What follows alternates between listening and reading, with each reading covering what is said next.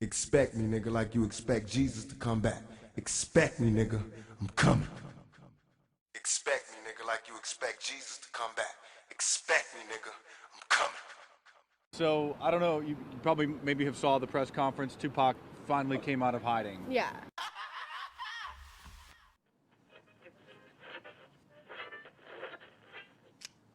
I haven't seen a car in 50 miles. You know what I just thought of, right? Kenny and Darla, You believe that story? that they had to go looking for her head. They only found the car. They never found her head.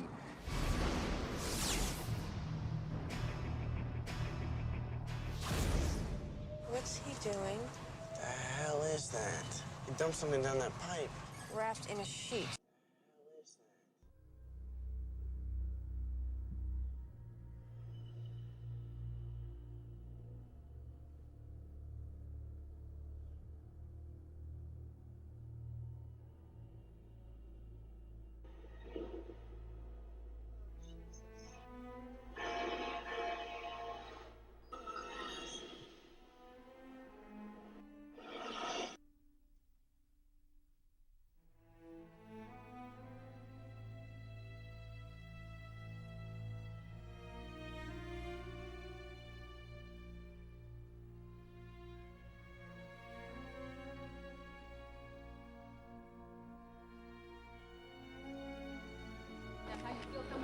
Nah, don't block my way and don't hit my lawyer.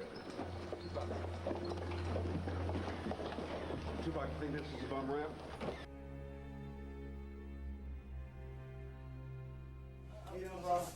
You're at a gun show in the US, so why not pick up an autograph from the killer of Trayvon Martin?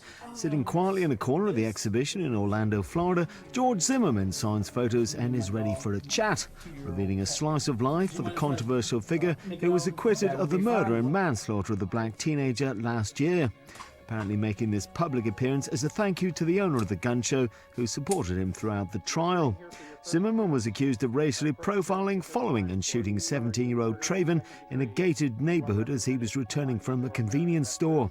He claimed self-defense, and the trial shone a spotlight on Florida's Stand Your Ground law, which allows someone in fear of his or her life to use lethal force, which Zimmerman did. It prompted a series of protests about a law which many view as a license to commit murder, and even led to comment from US President Barack Obama. Since his acquittal, Zimmerman has had several brushes with the law. As well as being stopped twice for speeding, he was questioned by police in September after his estranged wife called authorities, saying he'd threatened her with a gun. We met up with George Zimmerman at this gun store, asking him what life has been like since he was acquitted of murder last year. How come you stayed in Florida? Why didn't you just stay? I didn't. I went all over the United States. I met great people from here to Texas and even up north. Do you plan to stay here or do you plan to leave? I plan to go wherever the wind takes me. Why not just change your name, wear a hat, disguise yourself, and then live your life the way you want to live your life? Sure, I do disguise myself. I do wear a hat and sunglasses, etc. But I'll never change my name. I've had so much taken away from me. I'll never let someone take my name away from me. Same reason I won't leave the United States. This is my country, and I won't leave. No one's going to make me leave. Do you have any remorse? In which aspect? In what had happened on February 26th? Sure, and again, I hate to deflect, but I have to because of the Department of Justice's investigation. And what happened the night you and your girlfriend were calling 911 on each other? Again, I can't answer that. But you seem happy and you're back together again. I mean, you mean with her?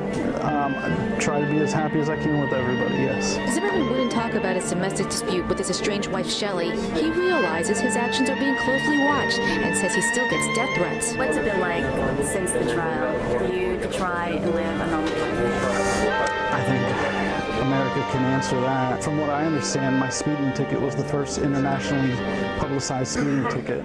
So there's a tremendous amount of interest. There's a tremendous amount of everything I do is hyper-scrutinized, and I realize that, so I try to stay out of it. Zimmerman tells us he's getting treated for post-traumatic stress disorder as he goes from hotel to hotel. It is a challenge, I can tell you that much. And what is it that keeps you going? My faith in God. He tells us he wants to go back to school one day and get his degree. Zimmerman says he still walks around with a gun for his own safety. He's not sure when the Department of Justice investigation into the shooting of Trayvon Martin will be completed. In Orlando, Valerie Boy, Fox 35 News.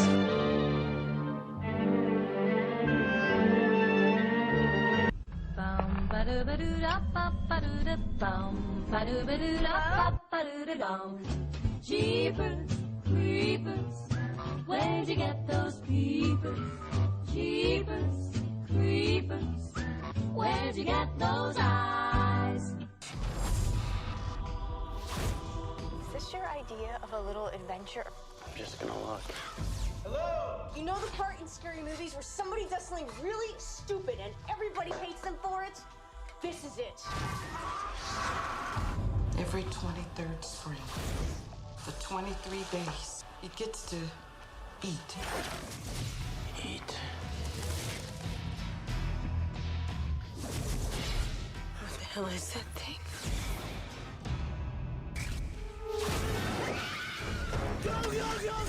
It's stuck in reverse! He must have 5, maybe 600 bodies down there. You've got something it likes, one of you.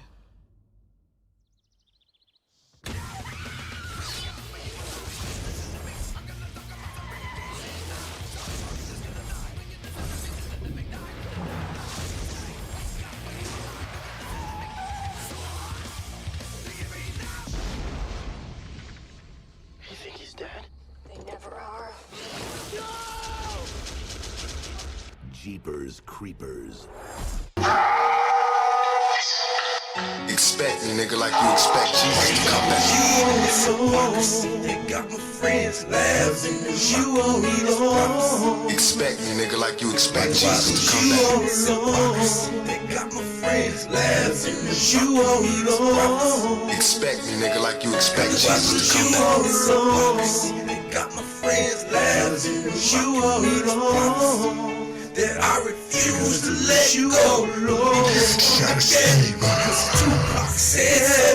Tonight it was 5%. Jumping off the cliff, knives making a lot of sense. You all so seen with all the visions and dreams. You all in the king. And Lord, Tupac was the theme. You all revelation, find salvation. Read the first few paragraphs. I tried to tell some of my closest friends, oh, you gon' laugh at hell. I even tried to tell my mama, she put me in a crazy home and left me to wonder why. It almost made me cry. And why was I blind for 2 days and die? If I die, that won't be them. My last trip is been believe that I was destined to be that hero. I'm seeing it happen right before my eyes. And there's no such thing as fate. Told a lie. Go ahead and abandon me. Leave me with Christianity. So can it be there was some truth in my insanity? Expect me, nigga, like you expect Jesus to come back. They got my friends laughing, you alone. Expect me, nigga, like you expect Jesus to come back. They got my friends laughing, you alone. Expect me, nigga, like you expect Jesus to come back. They got my friends laughing, you alone. That I refuse to let go. It's gonna get it, cause Tupac said so. Shot a speed runner. Neil.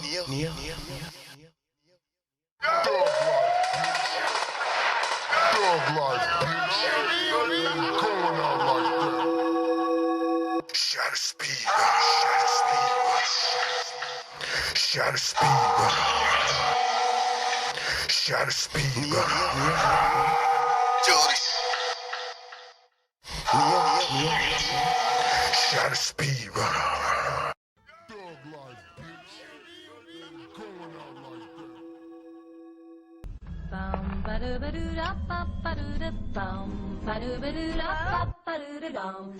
Jeepers, creepers, where'd you get those peepers? Jeepers, creepers, where'd you get those eyes? You know, there are 4 things you are told never to talk about. Well, actually, there's 3 things you're told never to talk about, and the 4th one you're never even told not to talk about, because even being told not to talk about it seems to be something that you just don't want to talk about. And, of course, the 3 are politics, religion, and money, and the 4th being race war. Now, I know, even bringing up that subject, people are looking at me from the other side of the glass. Oh, my goodness, we're going to get hate mail now. You know, this is something that needs to be talked about. It really, truly does. You know, there are divisions being created in this nation around everything, around political affiliation, sexual orientation, income level. But one of the ones that's being ignored the most is this growing race war. And I am not kidding. You know, recently, I live in Wisconsin. About a year ago, there were 100 young people who went car to car during a state fair. They went car to car, pulled people out of the car, and started beating them. The media didn't report who was being beat and who was doing the beating. And it happened all over the nation. And I wanted to bring it up. I wanted to talk about it. So we needed to find somebody who has a little bit of expertise in this area. And we did. His name is Colin Flaherty. Now, you've seen his articles on WorldNet Daily. He also wrote the book, White Girl Bleed a Lot. Welcome to the show, sir. How you doing? Happy to be here, Josh. Well, I got to tell you, when we talking about bringing this up, it seemed to be a taboo subject. Let's just start there. Why is this something that we just can't seem to talk about? Well, maybe because people don't know how to talk about race without sounding racist. So what I do is this: no generalizations, no stereotypes, but also no apologies. So I just stick to the facts, and I documented how in more than 70 cities, hundreds of examples around the country, including Wisconsin, there's this really nasty racial violence that people just don't want to talk about. Well, let's talk about some of those examples, because I don't think the media covers it enough. So a lot of people might be thinking, well, you guys are just full of hot air. If this was really happening, I would have heard about it. Give us some examples of racial tensions exploding. Well, it's funny. I hear that as well. I heard that from an agent. She said, if I'm a news junkie and if this had been happening, I would have heard about it. Well, the press doesn't report it. The best example is one I took for the title of my book, From Milwaukee, where last July the 4th, 50 to 100 black people went into a convenience store. They looted it. And, free groceries and free candy in hand, they went to a nearby park, beat up 10 to 15 kids having a July 4th picnic. And at some point, a black woman was standing over a white woman, and she pointed to her friends and said, "Hey, look at this. White girl bleed a lot." And so that's half the story. The other half is they called the cops. The cops didn't take a report.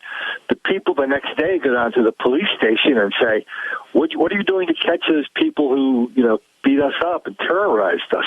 And the cops said, what are you talking about? We don't know. We don't have a report on that. So finally, they called up talk radio. They went to the internet. They forced the police to look into this.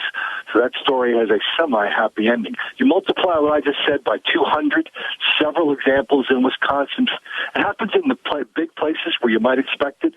It also happens in small places where you wouldn't expect it. Peoria, Illinois. Peoria, Illinois. I have driven through Peoria, Illinois. It doesn't take that long. It's not that big. What happened in Peoria? Peoria has had at least 12 to 15 examples of racial violence in the last 1 year.